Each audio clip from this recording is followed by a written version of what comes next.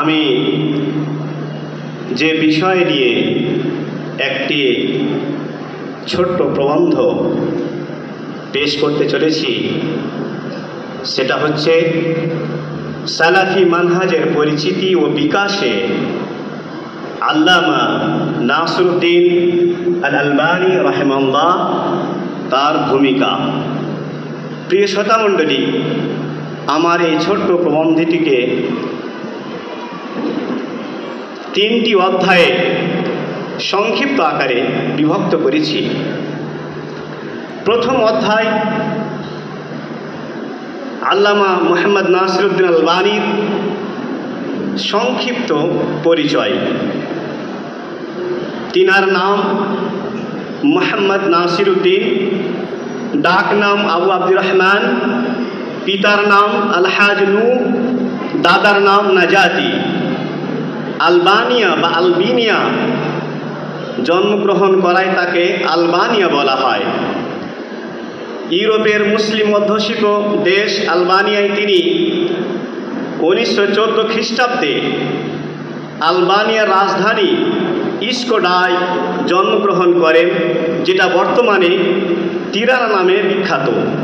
তিনি ছিলেন বিংশ শতাব্দীর একজন ইসলামী চিন্তাবিদ, গবেষক, যিনি হাদিস, জারহ ওয়া তা'দীল, ফিকহ শাস্ত্রের বিশেষজ্ঞ ছিলেন।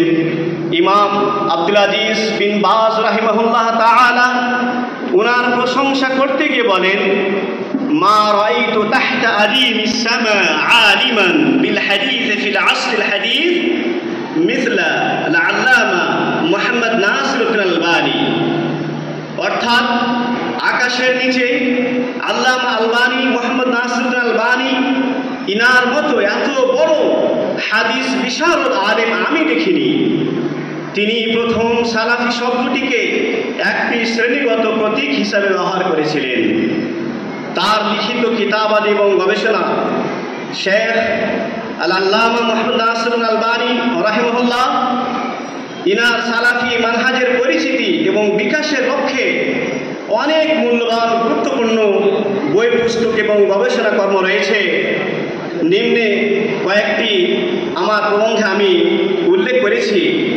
তার মধ্যে হচ্ছে ইরওয়াউল গালিল ফি তাখরিজ আহাদিস মানারিস সাবিল, সিলসিলাতুল আহাদিস সহিহা, সিলসিলাতুল আহাদিস দাঈফা ওয়াল মাওদুআ, সুনান আবি দাউদ, সুনান জামিআত তিরমিজি, সুনান আন-নাসাই, সহিহ সুনান ইবনে মাজাহ, সহিহ উযাইফ, আত-তারগীব ওয়া তারহিব, মানহাজুস সালাফ, মানজিলাতুস সুন্নাহ, সিফাতু সালাতিন নবী সাল্লাল্লাহু আলাইহি ওয়াসাল্লাম, আহকামুল জানাইজ ইত্যাদি।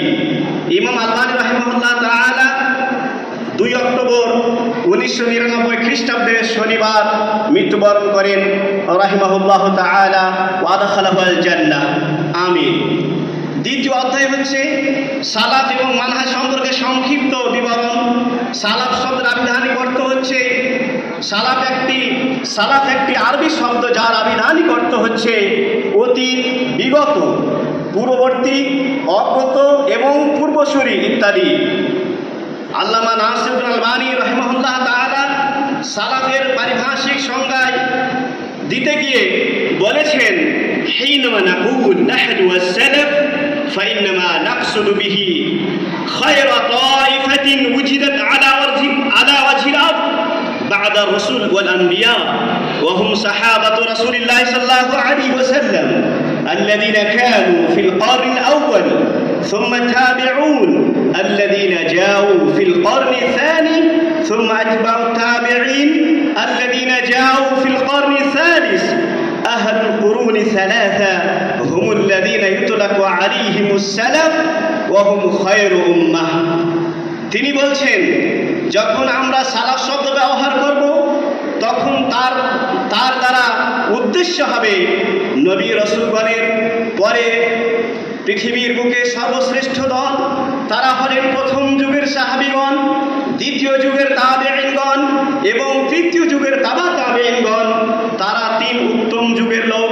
তাদেরকে বোঝাতে সালাফ শব্দ ব্যবহার করা হয়। তারা উম্মতের সর্বশ্রেষ্ঠ দল। মানহাজের পরিচয়। মানহাজের অর্থ হচ্ছে পন্থা ও পদ্ধতি, দিন পালনের পন্থা ও পদ্ধতি। মানহাজ মানুষকে শিক্ষা দেয় কোন পদ্ধতিতে আকীদা শিখতে হবে, কোন পদ্ধতিতে ইবাদত ও মুআমালাত করতে হবে। মানহাজ হলো দ্বীনি বিষয়সমূহ গ্রহণ করার ও বাস্তবায়ন করার পদ্ধতির নাম। দ্বীনি প্রতিটি কাজে ও বিষয়ে মানহাজের তাৎপর্য গুরুত্ব অত্যাধিক। মানহাজ যদি বাড়াবাড়ি ও শিথিলতা থেকে মুক্ত হয়ে মধ্যমপন্থী না হয় তাহলে বিচ্যুতি আবশ্যিক। তাই একজন মুসলিমের জীবনে বিশুদ্ধ মধ্যমপন্থী মানহাজ অপরিহার্য। আর ইমাম আলবানী রাহিমাহুল্লাহ তাআলা ছিলেন 20 শতাব্দীর বিশুদ্ধ মানহাজের কাণ্ডারী। বাড়াবাড়ি ও ছাড়াছাড়ি মুক্ত বিশুদ্ধ মানহাজ উম্মতের সামনে তুলে ধরতে তিনি ছিলেন অকুত ভয়। তৃতীয় অধ্যায় হচ্ছে সালাফি মানহাজের বিকাশে শেখ নাসিরউদ্দিন আলবানী রাহিমাহুল্লাহর ভূমিকা। আবু হুরায়রা রাদিয়াল্লাহু তাআলা আনহু থেকে বর্ণিত, তিনি বলেন রাসূলুল্লাহ সাল্লাল্লাহু আলাইহি ওয়াসাল্লাম বলেছেন, ইন্নাল্লাহা ইয়াবআসু লিহাদিহিল উম্মাহ আলা রাসি কুল্লি মিয়াতি সানা মা ইউজাদ্দিদু লাহা দীনাহা। রাওয়াহু আবু দাউদ ওয়া সাহাহু সাখাবি ফিল মাকাসিদিল হাসানা ওয়াল আলবানী ফি সিলসিলাতিস সাহিহা। অর্থাৎ আল্লাহ তাআলা প্রতি 100 বছরের মাথায় এই উম্মতের জন্য এমন একজনকে পাঠাবেন যিনি দ্বীন ইসলামকে সংস্কার করবেন। আর ইমাম ইবনে বাজ রাহিমাহুল্লাহ তাআলা বলছেন, ইমাম আলবানী রাহিমাহুল্লাহ তাআলা ছিলেন এই যুগের একজন দ্বীন ইসলামকে সংস্কারক।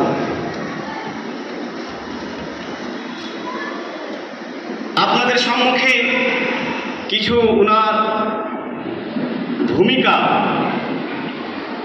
মানহাজে সালাফকে অগ্রগতি দেওয়ার জন্য উনার যে ভূমিকা রয়েছে আমি কয়েকটি পয়েন্টে সেগুলো আপনাদের সম্মুখে রাখার জন্য লিপিবদ্ধ করেছি। একের পর এক বলছি, একটু গুরুত্ব সহকারে শুনবেন। এক, পবিত্র কোরআন ও সহিহ হাদিসকে ইসলামী শরিয়তের মূল উৎস হিসাবে পরিগ্রহণ এবং সালাফে সালেহিনের বুঝ মোতাবিক তা অনুধাবন। কেননা কোরআন ও হাদিস সাহাবায়ে কেরামের বুঝ ব্যতীত শুধুমাত্র মানবীয় জ্ঞান দ্বারা অনুধাবন করা সম্ভব নয়। সাহাবিগণের ব্যাখ্যাকে উপেক্ষা করার কারণে যুগে যুগে খারেজি, মুতাজিলা, মুরজিয়া প্রভৃতি বাতিল ফিরকাসমূহের উদ্ভব ঘটেছে।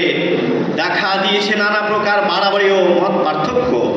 2, আল্লাহর ওয়াহদানিয়ত বা একত্বের দিকে মানুষকে আহ্বান করা এবং তার নাম ও গুণাবলীর ক্ষেত্রে সালাফে সালেহিনদের আকীদা তুলে ধরা। 3, মানব সমাজকে সঠিক দ্বীন সম্পর্কে অবহিত করা, তার শিক্ষা ও বিধান অনুযায়ী আমলে অভ্যস্ত করা এবং শরিয়াত প্রদত্ত আদব আখলাকে ভূষিত হওয়ার প্রতি আহ্বান করা, যার মাধ্যমে আল্লাহ তাআলার সন্তুষ্টি এবং দুনিয়া ও আখিরাতের প্রকৃত সফলতা অর্জিত হবে। 4, যুগের পরিক্রমায় দ্বীনের মধ্যে ধর্মের নামে অনুপ্রবিষ্ট নানাবিধ শিরক, বিদআতি, রসম রেওয়াজ এবং কুসংস্কার এবং ভ্রান্ত মতবাদ থেকে মুসলমানদেরকে সতর্ক করেছেন। 5, হাদিস গ্রন্থ সহ বিভিন্ন ধর্মীয় গ্রন্থাবলীতে সংকলিত জয়ীফ ও জাল হাদিস সমূহ চিহ্নিত করা এবং মানুষকে তা অবহিত করা, সাথে সাথে সহিহ সুন্নাহর উপর দৃঢ় থাকার চেতনাকে জাগিয়ে তোলা, ইসলামে সুন্নাহর মর্যাদা তুলে ধরা, আকীদা ও আহকামের ক্ষেত্রে রাসূলুল্লাহ সাল্লাল্লাহু আলাইহি ওয়াসাল্লামের হাদিসের প্রামাণ্যতাকে প্রতিষ্ঠিত করা এবং পরিত্যক্ত সুন্নাহসমূহ পুনর্জীবিত করা তিনার মেন ভূমিকা ছিল। 6, নির্দিষ্ট কোন মাযহাবের অন্ধ অনুকরণ পরিত্যাগ করে শরঈ নীতিমালার সীমানা সুরক্ষিত রেখে স্বাধীন চিন্তা ভাবনা তথা ইজতিহাদের পথ পুনর্জীবিত করার মাধ্যমে চিন্তাগত স্থিরতা অধিকাংশ মুসলমানের চিন্তাধারায় পরিলক্ষিত হয় এবং স্থবরতা তাদেরকে কোরআন ও সহিহ হাদিসের উপর আমল করা থেকে দূরে সরিয়ে রাখে। 7, পরিপূর্ণ ইসলামী জীবন ফিরিয়ে আনা, ইসলামী সমাজ প্রতিষ্ঠা এবং পৃথিবীর বুকে আল্লাহর হুকুম বাস্তবায়ন করার নিরন্তর প্রচেষ্টা উনি চালিয়ে গেছেন। 8, যুগের পরিক্রমায় দেখা দেওয়া নানাবিধ সমস্যার বাস্তবসম্মত সারির সমাধান পেশ করেছেন। 9, ছাত্রদেরকে সালাফদের কিছু গুরুত্বপূর্ণ বই পড়ার জন্য উদ্বুদ্ধ করতেন।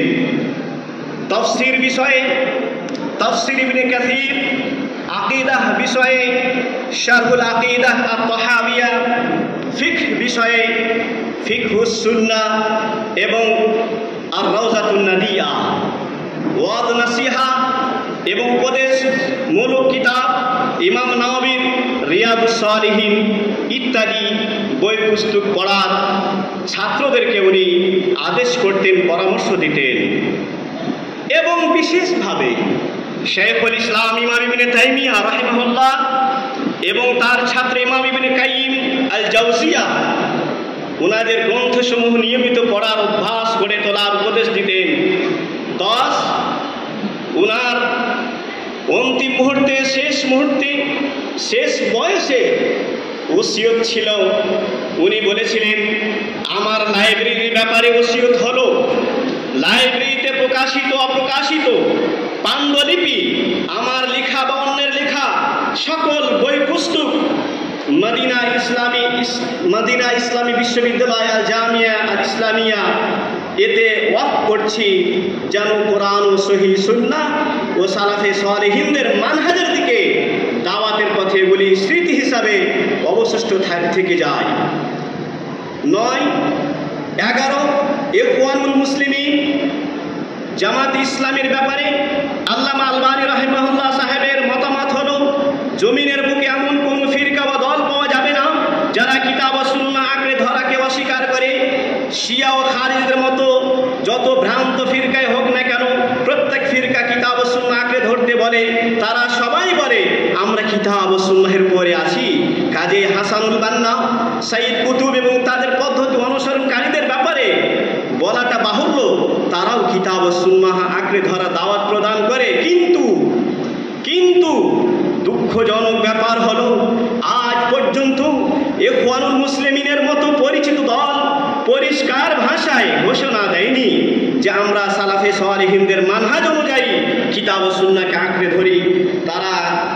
তারা শুধু কিতাব ও সুন্নাহ দিকে সাধারণভাবে দাওয়াত দেওয়াকে যথেষ্ট মনে করে। 12, তাবলিগি জামাতের ব্যাপারে আল্লামা আলবানী সাহেবের মতামত হলো, তাবলিগি জামাত সালফে সালেহিনের মানহাজ অনুযায়ী কিতাব ও সুন্নাহর অনুসরণে দাওয়াত দেয় না, বরং এরা দাওয়াতকে মুসলিমের মাঝে বিভেদ সৃষ্টিকারী বলে মনে করে।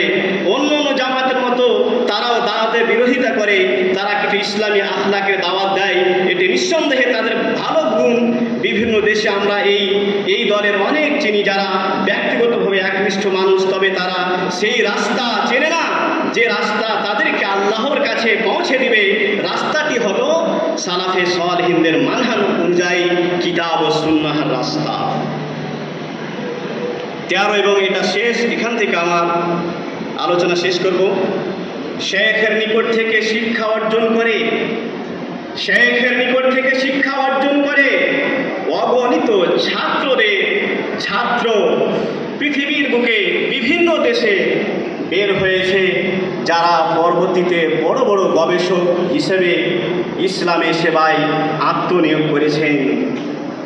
পরিশেষে আল্লাহ তাআলার কাছে দোয়া রাখি, হে রব্বুল আলামিন, ফজলতুল শেখ আল আল্লামা